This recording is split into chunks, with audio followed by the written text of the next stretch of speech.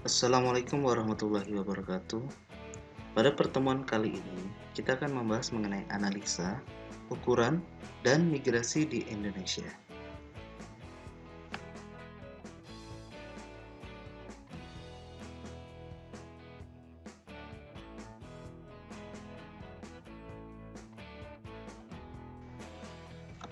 Migrasi di Indonesia hasil sensus penduduk 2010.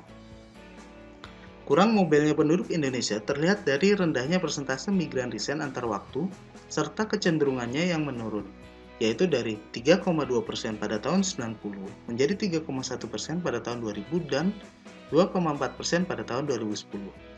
Menurunnya persentase migrasi resign ini bisa jadi tergantikan oleh semakin meningkatnya pola mobilitas yang lebih bersifat non-permanen. Kecenderungan semacam ini pernah dikemukakan secara hipotetis baik oleh Zielinski tahun 71 maupun Skeldon tahun 90 yang menyatakan adanya kesejajaran antara transisi vital atau transisi demografi, transisi mobilitas, dan transformasi ekonomi. Dalam sejajarannya itu, mobilitas mengalami perubahan pola yang semula bersifat non-permanen, berubah menjadi permanen dan kembali lagi ke non-permanen sebagai akibat dari semakin majunya alat-alat komunikasi, transportasi, dan informasi. Nah, Pulau Jawa dan Sulawesi di tahun 2010 merupakan daerah pengirim migran terbesar keluar dari pulau tersebut. Hal ini terlihat dari angka migrasi neto recent yang mempunyai nilai negatif yang menunjukkan angka migrasi keluar lebih besar dibandingkan angka migrasi masuk. Di Pulau Jawa, angka migrasi neto recent ini mencapai puncak pada tahun 2010, yaitu mencapai minus 3,5. Tahun 2000 sampai 2010, migrasi masuk mulai berkurang, sebaliknya yang keluar semakin meningkat. Dengan semakin meningkatnya pembangunan di berbagai pulau lain akibat pembangunan kawasan Indonesia Tengah dan Timur, arah arus migrasi mulai berubah dari Jawa ke arah Kalimantan. Di Pulau Kalimantan, migrasi masuk recent terus meningkat dan nilai migrasi neto recent selalu positif dengan kecenderungan meningkat. Hal ini memiliki arti bahwa di Pulau Kalimantan lebih banyak pendatang daripada orang yang keluar meninggalkan pulau tersebut. Hal ini dapat pula berarti bahwa Pulau Kalimantan memiliki daya tarik yang besar.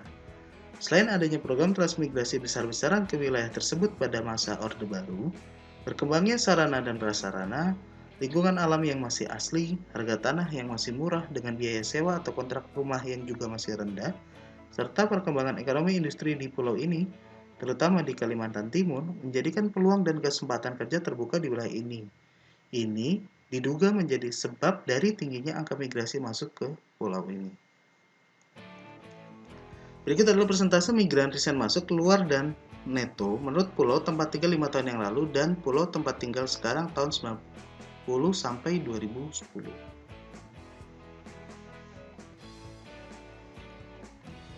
Nah, angka migrasi masuk recent tertinggi sejak tahun 80 juga tetap terdapat di Provinsi DKI Jakarta. Di provinsi terpadat penduduknya ini, pada tahun 2010 terdapat hampir 74 pendatang untuk setiap 1000 penduduk. Provinsi kedua dengan jumlah pendatang recent terbanyak adalah DIY dengan 71 pendatang dari 1000 penduduk. Yang ketiga Kalimantan Timur 67,5 per 1000 penduduk, diikuti Kalimantan Tengah 62,1 per 1000 penduduk, lalu Provinsi Riau dengan 60,3 pendatang dari 1000 penduduk. Selain angka migrasi masuk recent, angka migrasi keluar recent pada suatu provinsi dapat mencerminkan apakah suatu daerah merupakan wilayah yang tidak disenangi untuk dijadikan tempat tinggal. Dengan kata lain, provinsi ini memiliki daya dorong bagi penduduknya untuk pergi meninggalkan daerah tersebut. Jumlah migran keluar dari suatu provinsi dalam 5 tahun terakhir dalam SP 2010 masih didominasi oleh provinsi-provinsi di Pulau Jawa. Selain itu, Provinsi Sumatera Barat dan Sumatera Utara juga merupakan provinsi dengan angka migran keluar recent yang besar, yakni urutan kedua dan keempat. Dilihat secara relatif terhadap penduduknya, data SP 2010 menunjukkan angka migrasi keluar recent tertinggi terdapat di Provinsi DKI Jakarta, yakni hampir 101 orang per 1000 penduduk. Tingkat migrasi keluar recent kedua tertinggi, urutan kedua adalah Provinsi Sumatera Barat dengan angka hampir 35 orang per 1000 penduduk. Hal ini berkaitan dengan budaya rantau, pada masyarakat suku Minang. Ditinjau dari angka migrasi neto risen, data hasil SP 2010 juga menunjukkan 5 provinsi penerima migran risen terbesar adalah Provinsi Kalimantan Tengah, Kalimantan Timur, Kepulauan Bangka Belitung, DIY, dan Riau. Dan baru diikuti Provinsi Banten pada posisi ke-6, di mana nilai angka migrasi neto berkisar antara 28 sampai dengan 45. Sedangkan 5 provinsi pengirim migran utama risen adalah Provinsi Jawa Tengah, Sumatera Utara, Sulawesi Selatan, Lampung, dan Jawa Timur. Pada Provinsi DIY dan Kalimantan Selatan, angka migrasi neto menunjukkan kecenderungan yang terus meningkat dengan angka yang terus positif dari SP 80 sampai dengan SP 2010 ini. Sebagaimana telah dikenal, Provinsi DIY sebagai provinsi pelajar. Oleh karena itu, tingginya angka migrasi masuk dimungkinkan oleh banyaknya pendatang dari berbagai provinsi lain di Indonesia dengan motivasi melanjutkan pendidikan. Berikut adalah angka migrasi risen neto menurut provinsi tahun 80, 90, 2000, dan 2010 untuk seluruh provinsi di Indonesia. Migrasi risen pada tahun 2010 didominasi oleh penduduk produktif umur 15-64 tahun sebesar 85,94% penduduk usia produktif merupakan migran risen. Hampir semua provinsi mempunyai gambaran dan pola yang sama, yakni didominasi oleh penduduk usia produktif, diikuti penduduk usia belum produktif umur 0-14 tahun, dan penduduk tidak produktif umur yang lebih dari 65 tahun. Gambaran ini sesuai dengan teori dari Todaro yang mengatakan bahwa motif ekonomi menjadi motif paling kuat dalam memutuskan untuk bermigrasi. Dengan motif tersebut, maka yang bergerak untuk melakukan migrasi adalah orang-orang yang berada pada umur produktif. Ditinjau dari segi jenis kelamin, migrasi risen pada penduduk laki-laki itu sebesar 52,44%, lebih tinggi dibandingkan migran risen penduduk perempuan, yaitu 47,56%. Angka migrasi risen berjenis kelamin perempuan di SP 2010 ini menunjukkan sudah adanya peluang kerja bagi perempuan yang semakin luas, sehingga banyak kaum perempuan meninggalkan desanya untuk mencari pekerjaan baik di kota maupun di wilayah lain. Ravenstein mengatakan bahwa perempuan biasanya bermigrasi dalam jarak dekat, tapi teori ini telah terbantahkan karena saat ini di Indonesia ternyata perempuan melakukan migrasi jarak jauh bahkan sampai ke luar negeri untuk memperoleh pekerjaan. Berdasarkan data SP 2010, sex ratio penduduk migran risen secara nasional sebesar 110,28. Hal ini memberi arti bahwa dalam setiap 100 orang migran risen perempuan di Indonesia terdapat 110 laki-laki. Nilai sex ratio tertinggi berdasarkan hasil SP 2010 terdapat di Provinsi Nusa Tenggara Barat dengan besaran 158,21, di mana hal ini berarti dalam setiap 100 orang migran risen perempuan di NTB terdapat 158 orang laki-laki. Sedangkan nilai seks rasio terendah terdapat di Provinsi DKI Jakarta dengan besaran 91,56, di mana hal ini berarti dalam setiap 100 orang migran risen perempuan di DKI Jakarta hanya terdapat 92 orang laki-laki. Hal ini mengindikasikan bahwa lebih banyak migran risen yang berjenis kelamin perempuan yang pindah ke DKI Jakarta dalam 5 tahun terakhir.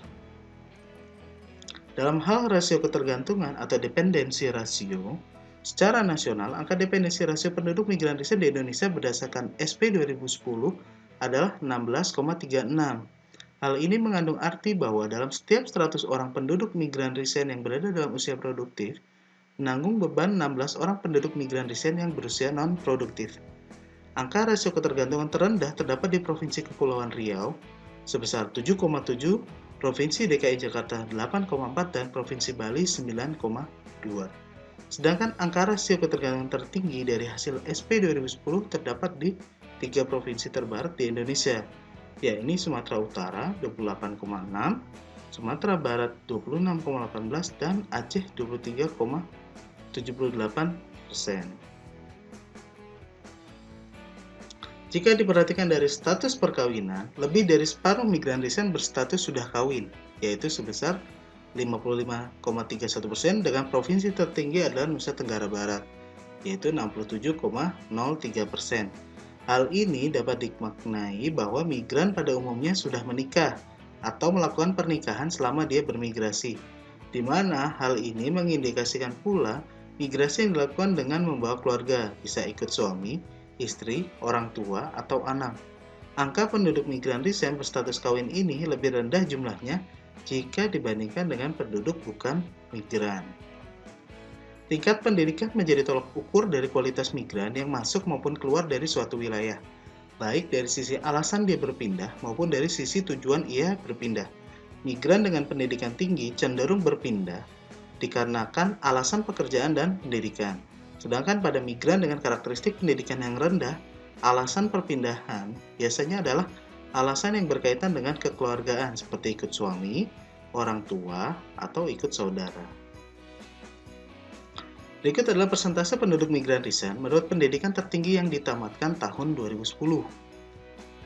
Kalau kita lihat, paling tinggi itu ada di pendidikan maksimal SMP, SMA ataupun SMK. Dan yang tidak ada 13,76. Data sensus penduduk 2010 menunjukkan bahwa sebagian besar penduduk migran resign yang berumur 15 tahun ke atas mempunyai kegiatan utama bekerja, 90,26%.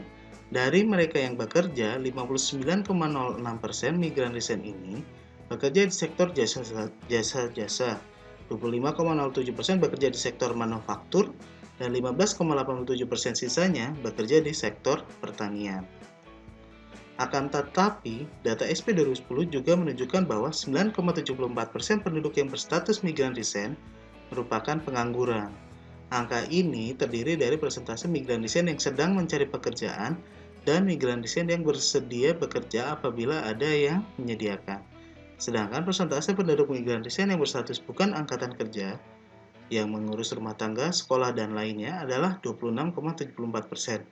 Persentase ini lebih rendah dibandingkan persentase penduduk bukan migran yang berstatus bukan angkatan kerja, 30,42%. Berdasarkan status pekerjaannya, 65,23% penduduk migran resign bekerja sebagai buruh atau karyawan. Dengan kata lain, 2 dari 3 penduduk yang berstatus migran resign cenderung bekerja sebagai buruh atau karyawan. Persentase penduduk migran resign tertinggi yang bekerja sebagai buruh atau karyawan terdapat pada Provinsi DKI Jakarta sebanyak 66,11%, diikuti Kepulauan Riau 58,66%, Provinsi Banten 49,2%, Kalimantan Timur 49,10%, dan Provinsi Jawa Barat sebanyak 39,54%. Tingginya persentase penduduk migran resign yang bekerja sebagai karyawan dan buruh di DKI Jakarta menunjukkan bahwa daya tarik Jakarta sebagai ibu kota masih cukup tinggi, yang juga dikarenakan tersedianya lapangan kerja terutama sektor formal di provinsi ini. Selain itu, tingginya persentase penduduk migran resign yang bekerja sebagai karyawan dan buruh di Provinsi Kepulauan Riau, Banten, bahkan Kalimantan Timur juga diduga kuat karena berkembangnya industrialisasi di provinsi-provinsi ini, yang pada akhirnya membuka banyaknya perkantoran dari berbagai sektor di provinsi ini, di mana hal ini menjadi gula yang menyebabkan migran berdatangan. Sekian untuk pertemuan kali ini. Terima kasih. Tetap semangat, tetap sehat, dan jangan lupa bahagia. Wassalamualaikum warahmatullahi wabarakatuh.